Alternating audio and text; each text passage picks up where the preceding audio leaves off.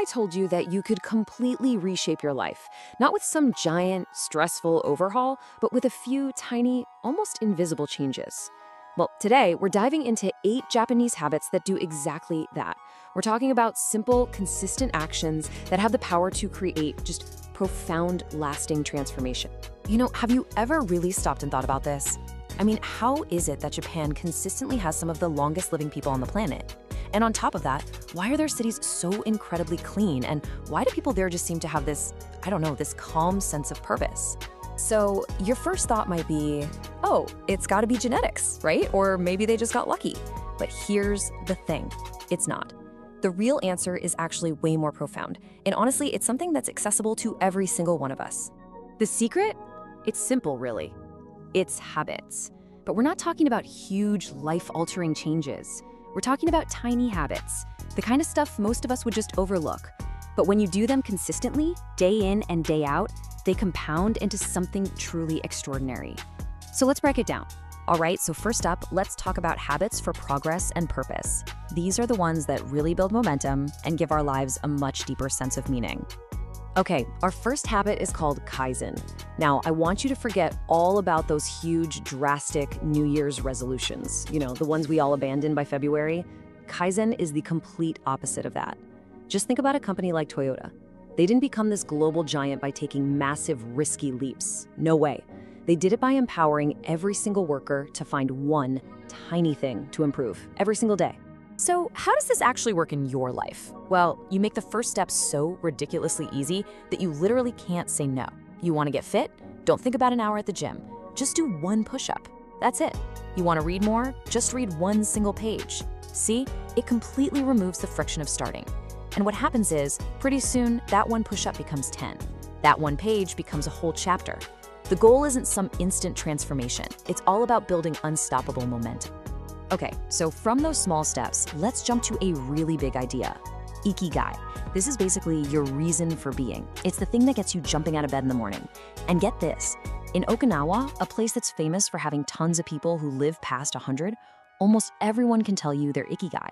Researchers are pretty convinced that this deep sense of purpose is a huge key to their long, healthy lives. And it's not just about your job. It's about what makes you feel truly, deeply alive.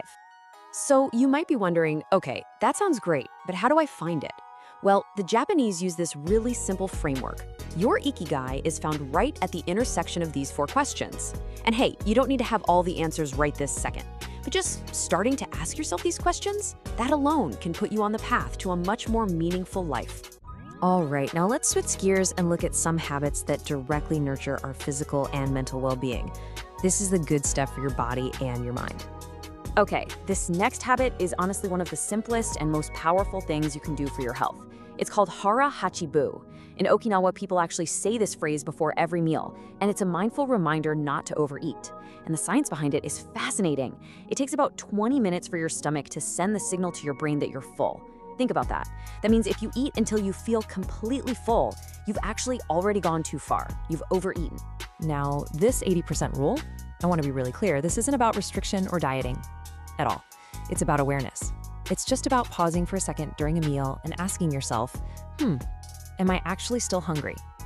This tiny, mindful calorie deficit has been linked in so many studies to longer lifespans. It is a perfect example of a tiny shift with a massive impact on your health down the road. Next up is something called Shinrin-yoku, which translates to forest bathing. And let's get this straight, this isn't about hiking or intense exercise. In Japan, doctors will literally prescribe this as medicine. It's just the simple act of being present in nature. You walk slowly, you breathe, and you absorb everything around you with no distractions. And you know what? The science on this is rock solid. When you're around trees, you're breathing in these compounds called phytoncides, which the trees release to protect themselves. But for us humans, they do amazing things. They lower our stress hormones, they reduce blood pressure, they even boost our immune system. It's just this incredibly powerful, all-natural way to reset and recover from the craziness of modern life. Okay, for our final section, we're going to talk about habits for resilience and connection. These are the ones that really strengthen our emotional core and how we relate to ourselves and to other people. Oh man, in our Western culture that is so obsessed with perfection, Wabi Sabi is like a huge breath of fresh air. It's the beautiful art of seeing and accepting beauty in things that are imperfect. This mindset can totally free you from that exhausting, impossible chase for flawlessness. Just like the sink-in, a cracked teacup isn't broken, it's lived. A scar you have, a mistake you made, a wrinkle, these aren't flaws you need to hide. No, they are maps of your journey. They're proof that you have lived. Embracing this idea allows you to finally stop judging yourself so harshly and just appreciate what is. Now, Gaman is a concept that gets really misunderstood, especially in the West. It's often mistaken for just sucking it up or suppressing your feelings. But that's not it at all. It's not about denying your pain. Gaman is about a quiet, inner strength. It's about having the dignity to endure hardship without letting it totally control you or define who you are. It's that deep self-belief that says, you know what, this is hard, but I can handle it. Okay, Omoiyari.